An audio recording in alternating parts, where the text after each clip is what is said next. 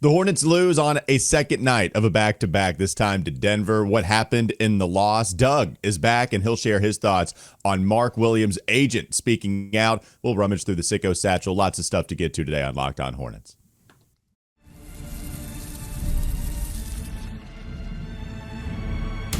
You are Locked On Hornets, your daily Charlotte Hornets podcast. Part of the Locked On Podcast Network, your team every day. In a minute, cuz we live.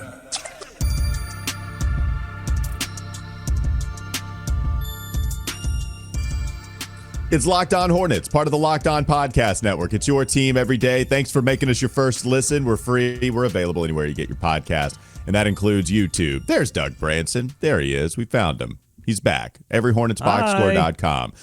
You can also text him, by the way, and you can find the subtext information in the show notes. I've been getting that wrong. I want to make that clear. I've been telling people to text somebody else, and you need to be texting Doug Branson. So find the subtext information in the show notes, and also listen to him on Locked On NBA every weekday with Matt Moore and Hayes. I'm Walker Mail. Listen to me on WFNZ every weekday as well from 12 to 3 p.m. This episode is brought to you by FanDuel. Right now, new FanDuel customers can get $150 in bonus bets if your first $5 bet wins. And we have a newsletter. Doug is taking care of that as well. The Locked On Hornets daily newsletter. One stop for ultimate team and league coverage delivered right to your inbox. You can sign up for free right now. LockedOnDaily.com. LockedOnDaily.com. Start your day with the all-new free Locked On Hornets newsletter. We'll get to Mark Williams' comments. You didn't have a chance to share your thoughts on what Mark said after the Denver Nuggets, after the Lakers win, and now we have his agent speaking out. We can get to that in a moment as well. But let's talk about this game because the Hornets were in this. I thought, okay, Charlotte going to get a little froggy. Second night of a back-to-back. Nobody had them winning this one, especially with Jokic. It's not like the Nuggets had any crazy injury. Michael Porter Jr. out there, Aaron Gordon, Nikola Jokic, all of them. They were all out there for Denver. And yet still, the Hornets put up a real good fight. Fourth quarter, Denver separates and they win 129-115. A couple of shouts for the Hornets. The best box score clearly belonged to Miles Bridges. About 36 points for Miles. A perfect 7 of 7 from the free throw line. He's starting to shoot pretty well from distance as well, Doug. He was 5 of 10 from the three-point line. He shot well against the Lakers. So Miles Bridges, he was the guy. He was your best player on the floor. He played like it for the Hornets. Yeah, when he shoots the ball well, the team shoots the ball well. They took 37 attempts in this game, a little bit down from there. I think 53 attempts against the Lakers. High LaMelo, no LaMelo in this one. So it's down to 37, but they shoot nearly 41% from three. That's thanks to 5 of 10 from Miles and 5 of 8 from Josh Green. So love seeing him. Again, he takes that leadership role seriously. He knows, like, I'm the guy when LaMelo's out, when Mark's out, when all these guys are out. I've got to take on the offensive load, and he has no problem doing that. I think early in the season there were some games where he was in that spot and didn't necessarily do that, wasn't as aggressive offensively as I think a lot of us would have liked him to be, but that's all gone now. He was doing it all in this game, was really impressed with him. I was just impressed with the entire team, the effort that they came out with, because it's not only the second night of a back-to-back, it's the second night of a back-to-back that you weren't even supposed to have because the game against the Lakers was rescheduled due to the wildfires. And so you play a day earlier than everyone else, coming off that All-Star break when teams do tend to feel a little bit hungover. The Lakers certainly did. Denver did through the first three quarters. They looked a little hungover, and then they picked it up in the fourth quarter. But I just thought you saw a great energy level from this team that we've come to expect, I think, from some of these guys that are fighting for roster spots next season that, some of them are being given their first shot in the NBA. And you could just see that bleed through everything, whether it's Josh Green being more aggressive. I thought Nurkic did a lot of great things. Damian Baugh, Musa Diabate getting some run. By the way, I got to take my victory lap on that in just a second. Don't let me forget. Well, hold on. Hey, I'm not going to let you take it. I'm not going to let you take it, but that's fine. But you can still attempt to take it. You're sick. I'll give you the satisfaction. Let's just look at the Miles Bridges stat line for just a moment. Like we need to set up camp here before just mentioning it and then moving on, because it's a season high for Miles with 36 points. It's the fourth most assists that he's recorded in a game this season, and it's the second most rebounds he's recorded in a game this season. So he almost had, it was close to posting a season high for Miles in all three of those categories. He did have a season high in points. It was the fourth most amount of assists. It was the second most amount of rebounds. Just a wild game for Miles in this Denver game. So shout out to Miles, who allowed them to stay in this one for so long. And again, like, what's nice about this is he stacked a couple of good games back to back. I mean, this was a great Lakers performance where he was big down the stretch. LaMelo dictated everything in that Lakers win. Like, I mean, it was crazy. Everything in the last 3 minutes happened because of LaMelo being on the court, but Miles delivered once LaMelo had to pass to him out of a double team, and here he is playing like the head honcho in this one. Oh, and how about 4 stocks in this game, 3 steals and a block for Miles Bridges, off of a game against Los Angeles where he had 5 steals and 1 block. Now, I know a lot of those steals in the Lakers game were just Luka Doncic gifts, but in this one, not so much. I mean, he was active defensively. He's been getting kudos from some of the national newsletters that I read that recap games. They've been noticing, hey, Miles is giving a different level of defensive effort than he's given in years past. You've got to give some shouts to Charles Lee for that as well. Like, Miles is never going to be an elite defender, but he's somebody that you can rely on this season for consistent defense, which is not something that we've been able to say about him in years past. Perhaps this is the lane to take your victory lap if you so see it fit. How about Yusuf Nurkic coming in here? It's not like he shot the ball well at all. He's not been shooting the ball well from the three-point line. That has not been happening for Nurk. But how about the Hornets just running their offense through him at times? Yes. Nurkic, 7 assists against the Lakers, 7 assists against the Nuggets. He played 18 minutes against the Lakers. He played 19 minutes against Denver. He didn't score against LA. He did score, at least in this one. He had 9 points, 4 points early, started 2 of 3, ended up 4 of 11. So 3-point shot, not really working. He's taking them. He's not making them. But the assist at 7, he had 10 rebounds in this game. So if you compare each of these two contests, I made fun of JJ Redick who I think has been doing a great job. But other than that, why are we doubling Nurk as much? And that's what they were doing. They were throwing a whole bunch of bodies at Nurkic. Nurkic would just kill them and throw out of the double team. And that's why they were so much better on the floor with him, because for some reason JJ just kept attacking him, but despite Nurkic having 0 points. They kept throwing bodies at him, and he's like, okay, not only capable passer, a well above average passer. He's throwing it with accuracy to different spots, cross court. He's just a pass away from Seth Curry. So anyways, that's what happens against the Lakers. And then here he is again, diming the Nuggets up, Doug. So excellent stuff offensively from Nurk. What you have to understand about the Lakers is that they have a few good defenders on that roster, but they're all on the bench. And so, trying to figure out how to get those guys, trying to figure out how to play good defense for 48 minutes is a real challenge for that team. And I remember a quote from JJ Redick on a game before the All-Star break where he said, the stuff we were doing on defense, I've never said to do that. I don't know what that was. They have that problem. And we've seen Hornets teams under Clifford do some of the similar things where he's like, we never went over that. Yeah. That's ridiculous. So, you saw a lot of that against Nurkic. But here's my victory lap. Nurkic is a guy that has a skill set that Moussa Diabate doesn't possess, that Mark Williams doesn't possess. Now, I'm not advocating necessarily. I think you've invested a lot in Mark Williams. You've got to see where that goes. So start Mark Williams. That's fine as long as he's playing as well as he played against Los Angeles. If you're going to get that kind of effort from Mark Williams, game in and game out, then fine, start him. But Nurkic with the 7 assists, he can pass out of the mid-post. He posts up. He can not only hit the cutters, the back cutters like Miles Bridges, but he can cross the court and hit the guy perfectly in the corner. Usually that's Josh Green, getting him a few more open looks.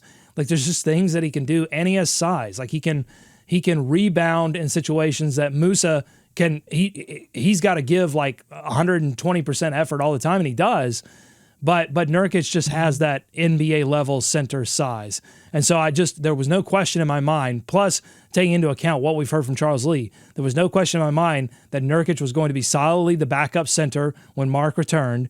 And when Mark is out, and he'll I don't think Mark or LaMelo are going to play the second night or one of the back-to-back nights, whether it's second or first. They're not going to do that. So there's going to be plenty of time for Moussa Diabate to get big minutes like he did in this game, 29, scored 11 and 6. There's going to be opportunities for him. But he's not going to beat Nurkic out for the spot right now. Well, but the thing is, right, like what I keep asking about is the rotation and matchups, and Charles Lee telling you that we have 3 different pitches to throw at teams with our centers now, which is what we talked about too. What flavor do you want? Do you want the lob threat with Mark that is supposed to just be a tall body to defend the rim? Do you want someone more physical that can stretch the floor and can pass out of double teams? Or do you want the dude that's super mobile? Like, you do have 3 different types of centers where Musa has helped this team defensively. Playing 29 minutes last night, you have a few more back-to-backs. So that's what's going to be interesting, right? It's how much does Mark rest? You have a couple of back-to-backs. You have another one coming up here soon, actually. Golden State Tuesday, it's Sacramento Monday, then Golden State Tuesday. I wonder if they do the same thing as they give Mark Williams the injury designation of returning to play conditioning. You know, they keep giving us that weird one. So it'll be interesting to see the minutes racked up. And like Nurkic only playing 19. Again, second night of a back-to-back, different type of player at this age, but like what does ramping up Nurk look like? Like how many minutes is too many minutes, even with just like under 30 games left? So, but still though, you are right. Like Nurkic is the backup center for sure, but it's just like I wonder how many minutes each of these 2 guys play because of the whole Mark resting and just different matchups of it all. Yeah, there's going to be plenty of opportunity. Just to finish up on the baseball analogy, 3 pitches. Mark Williams is the fastball. That's the guy you have to go with. And then Nurkic is the curveball. And then you've got Musa Diabate, who is the Tim Wakefield garbage knuckleball, which is it plays way above its weight class, and it confuses people because it's like, why is a 6'9" guy beating me to the ball constantly? But yet, you can figure it out. You can figure it out. And so that's why I say, like, I think Moose's future is not at center. He's 6'9". I mean, this is ridiculous for me even to talk about. Like, people get in the comments like, no, he's a center. It's like, guys, you are doing the thing. We're doing the thing that we always do as Hornets fans, which is we look at things and we fall in love with players and we fall in love with ideas of players because they're getting way more run because guys are injured. And then we're confused when the Hornets trade for 3 guys at the deadline and all 3 of those guys play immediately and all those guys we fell in love with are suddenly at the end of the bench. And it's like, wait a minute, what happened? It's like, oh yeah, right. Because circumstances meant that guys were playing positions or getting run that they would not get if the team were actually stacked with legitimate NBA talent. Yeah, anything I say about Moose at the center position revolves around 2024, 2025, right? I mean, I'm not really talking to you. There's I know. I'm talking to the general commentariat. Right. But also you, because I've taken my victory lap. Yeah, there you go. Doug, take it as I'm back, lap. baby. He's back. All right, coming up next on the Locked On Hornets podcast. Bees everywhere! Let's talk more Hornets centers, and let's talk Mark Williams. His agent, he speaks out. He's not happy about the whole Mark Williams trade debacle. We'll get to his comments coming up next. LOH. This episode is brought to you by DoorDash. NBA fans, get ready. They swoosh, you save, thanks to Dash Pass. Every time a player drops 50 or more points in a game, you score a huge deal that next day. I just used Dash Pass last night, actually. It's simple. When any player scores 50 or more in a game during the 24-25 regular season, Dash Pass members get 50% off an order, up to $10 off the next day from noon to midnight. Here are a few ways you can take advantage of this deal. The game day feast we just talked about after an epic 50-point performance. Celebrate by ordering wings, pizza, burgers from your favorite spot delivered straight to your door. You can have the late night cravings feature, whether you're staying up watching highlights, just need a midnight snack, use Dash Pass to grab something delicious while saving big. And also, go ahead, fuel your watch party with Dash Pass. Planning to catch the next game, order your go-to snacks and meals at a discount and get ready for more high-scoring action. Sign up for Dash Pass and be ready to save. When any player scores 50 or more in a game, Dash Pass members get 50% off and order the next day, up to $10 off. Just use promo code NBA50 from noon to midnight after a 50-point game on eligible orders at participating merchants. Must have an active Dash Pass account. Terms apply. Visit DoorDash to learn more. More Locked On Hornets ahead.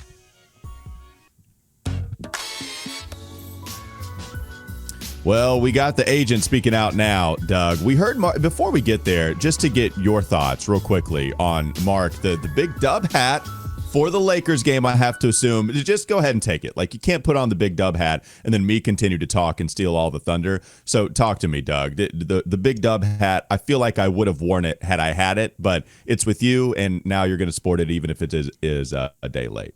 It's a belated big dub hat. I want to keep the big dub hat sacred. I don't want to just give it for, wins that they happen to get, but I think that was an important win for team morale to get LaMelo back and to have him play how he did, for Mark to get back, and the celebration after the game, like watching them celebrate like they had just won the Larry O'Brien trophy. I love it. For a team they've got to learn how to be, they got to learn how to play together. They got to learn how to love each other. They got to learn how to love their coach and Charles Lee, and they got to learn to love winning. And so, I'm not going to punish them at all for celebrating like that. I loved it. And I'm happy for Mark that he got in there and got a little bit of revenge. It wasn't like a full-on revenge game, right? But he got a little bit of revenge. I loved it. I'm also putting the big dub hat on for that game against Denver, because to me, that Denver game is the quintessential tank loss that's kind of a win, because you were competitive with a team for 3 quarters.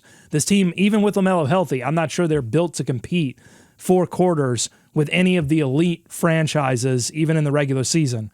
So to compete for 3 quarters and then lose it in the 4th, that's perfect. Love it. No notes. Yeah, so Mark Williams commenting, I read those yesterday. He had to sit down with Rod Boone in the Charlotte Observer and said he didn't feel like he failed the physical. That was a surprise to him. You control what you can control. And there are people that are taking that as confirmation that the Lakers got cold feet, and these comments from Mark Williams' agent of the Lakers getting cold feet. So here's Shams yesterday. A statement from Jeff Schwartz of Excel Sports Management, Mark's agent. The overwhelming sentiment after conferring with multiple nationally recognized doctors is that the LA Lakers should not have failed Mark Williams on his physical. He would continue and say Mark was ready and able to play for them and should have been given that opportunity, end quote. So you hear Mark's comments, you hear Mark's agent's comments, and you think what, Doug? I think that's exactly what you would want your agent to do. Is to go out and defend you, to make sure that when you get into negotiations for an extension, or with the Hornets, or if they trade him in the offseason, with whatever team he's going to have to go, you want to provide some proof and say, hey, we ran this through a couple of other doctors. They would not have failed him on his physical. He is not injury prone. The question that I have is, did Mark see the results of the physical? Did Jeff Schwartz see the results of the physical? Do they know why? Whatever the pretense is, if you think it's pretense, if you think it's real, what was the reason that LA did so? And if they do, and to not reveal that, I think is interesting. I think it's probably beneficial. Again, you don't want to put more information out there than is necessary. But this doesn't really change how I think about this entire situation at all. I think that teams should have a wide latitude to fail players on physicals. By wide latitude, I still mean you have to have a reason. I don't think they should have zero reason and just make something up. But I don't think that's what happened with the Lakers here, because if that's what happened, I think the Hornets would have filed a legitimate protest. I think the NBA would have taken action. None of those things happened.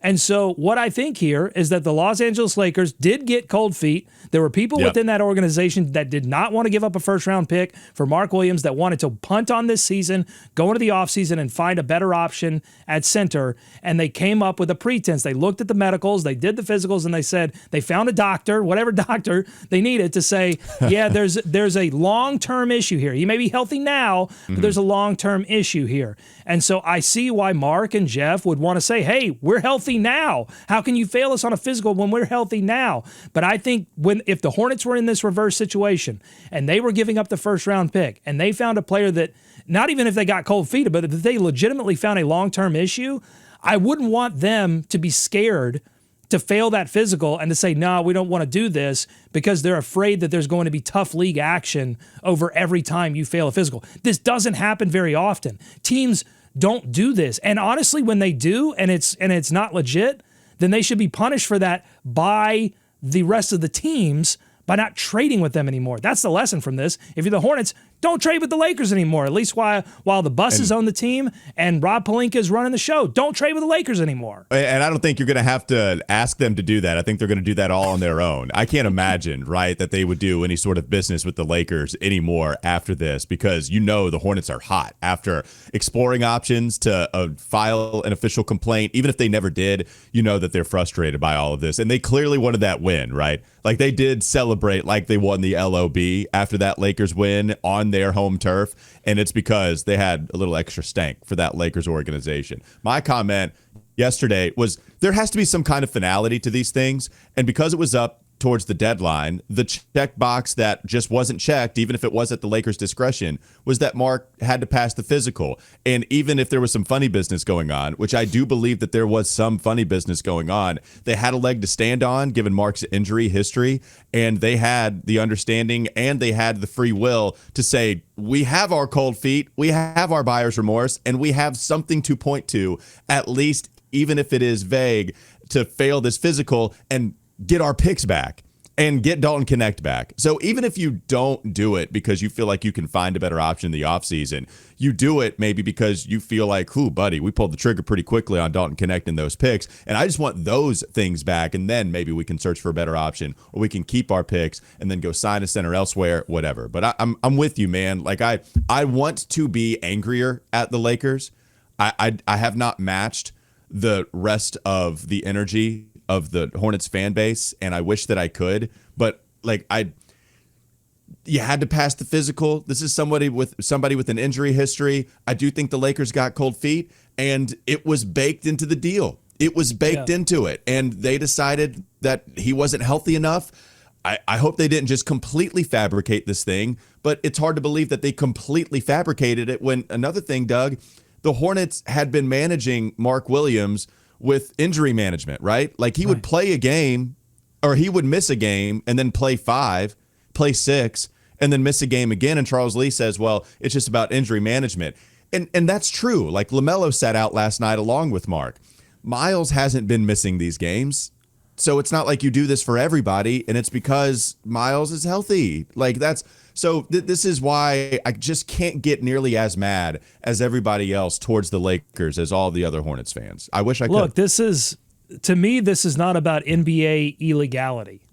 You say funny business, I say that's part of business. Like, the funny business is sometimes part of business, right? Yeah, this is like big boy pants stuff. Like, and so the lesson here for me is if you're the Hornets, not only don't do business with the Lakers, but make sure if you're going to trade a player with an injury history for a first-round pick, that you do so with a team or with a general manager when you get them on the phone that you trust.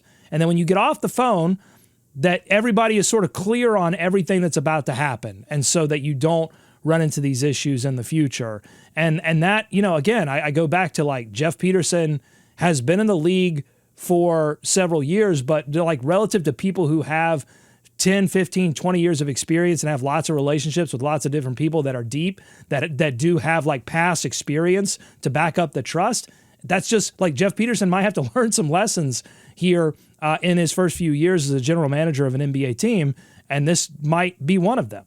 Now, one thing, the last couple things on this before we rummage through the Sicko Satchel, you're right. Like, Jeff Peterson, it's because of experiences like these that GMs get better. So, okay, I didn't know that I couldn't do business with Rob Pelinka. Now I do. Check. Fool me once, shame on you. Hopefully, we just stop right there. So now we're talking about what the Hornets did that was wrong. I don't think the Hornets, clearly at the beginning of this, they didn't do anything wrong. They weren't withholding medical information, and it wasn't anything like that. So there's nothing at fault for the Hornets. The question became, was it all worth it to explore options to file an official complaint? I've been way back and forth on that. Like, I've really given credence to the benefits of it, and I thought about, man, if this thing affects Mark and his ability to play or his desire to play, then maybe it's just not worth it. But I guess you got 25 games left of Mark, maybe. Like, I don't know how many games he played, maybe just 20. I don't know how many games he plays.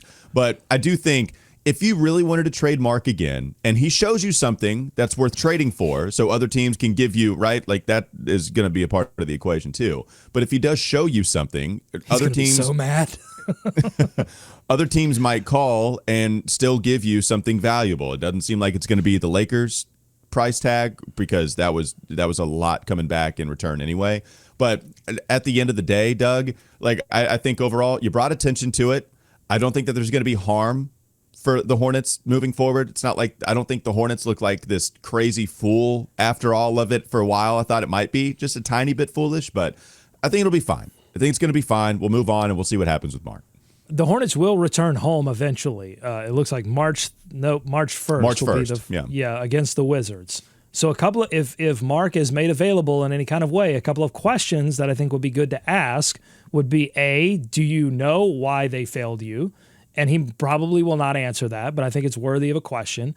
I think the second thing would be, do you feel like after the trade was rescinded that the team supported you? Did you think that there were some reports of them possibly challenging it? Did you feel supported by the team after? Did you like that idea? You know what I'm saying? Like, was he comforted by that? Because then if Mark says anything or alludes to any kind of idea that he felt better about the whole situation when the Hornets were challenging it, then I think, hey, then it was worth it. Yeah. And by the way, Mark, behind the scenes with these videos being released on the Hornets Twitter account, Mark embracing the hell out of LaMelo and vice versa. Yeah. Miles Bridges saying the same exact stuff. Charles Lee talked with Kyle Bailey about it and said there wasn't any awkwardness, which is like, all right, there probably was a little bit of awkwardness, right? Well, like, not just with a little Charles. Bit of awkwardness. I don't think with Charles or the players, but I mean, because this was a front office kind of thing, and that's why it's good oftentimes for a coach to separate himself from that. Right. And to not be a part of that. You have Stan Van Gundy not doing that. You have another couple of examples of coaches not doing that. And that can be bad. When you trade players, all of a sudden there's friction there because you make all the decisions. So I think it's good that Charles Lee is like, hey, my name's winning and I'm not in it. Coming up next on the Locked On Hornets podcast. I don't think that's a saying. I think you made that up. It is now, baby. No, I don't think that's real. Let's get to the Sicko Satchel. You guys got some great questions in there. We'll get to in the last segment of LOH. My name's Bill. That ain't my deal. Doesn't even rhyme. Bill and deal?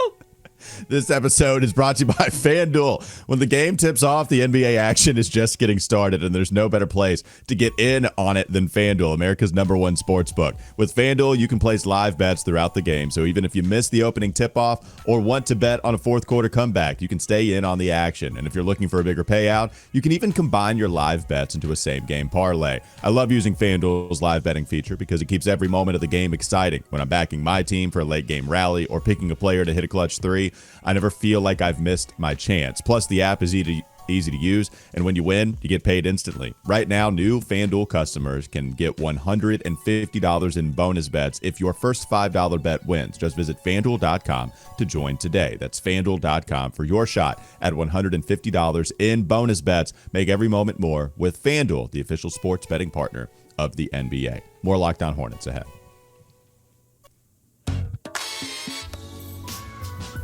Sicko Satchel time, baby. Sicko Satchel questions for a sicko. Doug Branson, what you got for the people?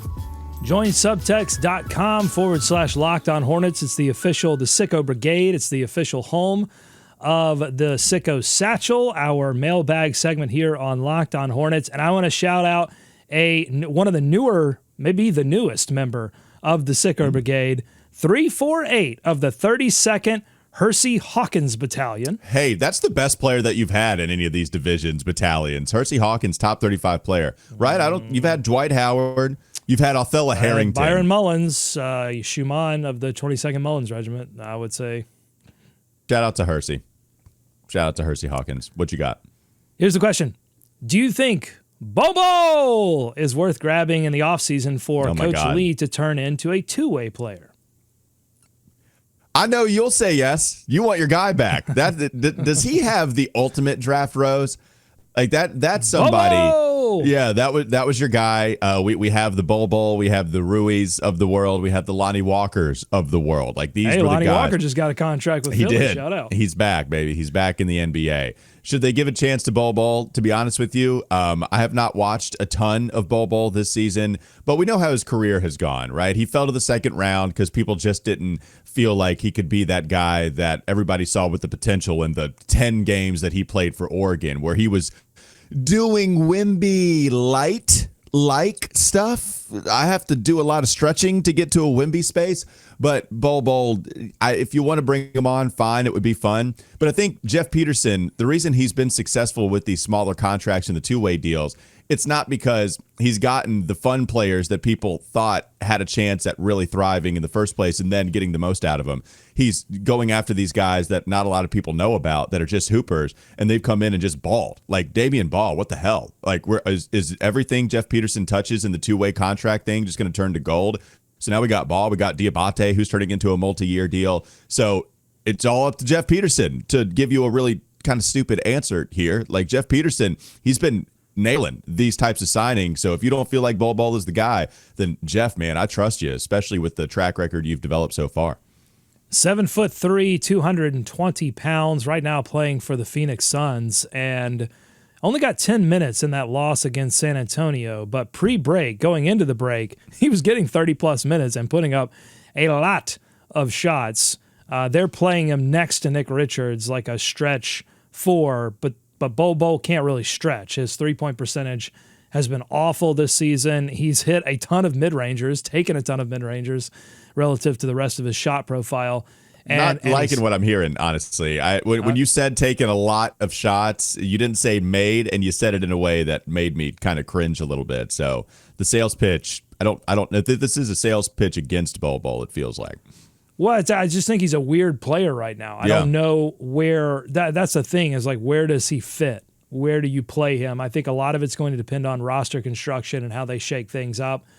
By the way, I don't think we can discount, speaking of that, I don't think that we can discount the performance against LA and against Denver I know the trade for Mark Williams failed, but I always thought like they need to make some moves at the deadline just to shake this roster up, just to say, hey, everybody's on the block, like everybody get ready. So even though the Mark Williams thing failed, I think it's a good like just shot in the arm for everyone. Like everybody needs to play well because we're going to be making some decisions in this next coming offseason. But in terms of Bol, like if they got him on a cheap deal, like I'm fine to like experiment with it. But he blocks a lot of shots. He had 4 against Memphis on February 11th, like 4 against Denver on February 8th, 3. So like he can block a ton of shots. He can shoot over the top in the mid-range, just not giving you anything from 3 really. But nothing at the rim. Like he is not going to play offense at all at the rim. And so like with him and Mark and, you just really have, Now if you pair him with LaMelo, could you get him a few more lob looks? Because right now with Phoenix, they don't really have a traditional point guard. So, maybe that changes things for Bol a little bit. Bol! One more question. What we got time for one more.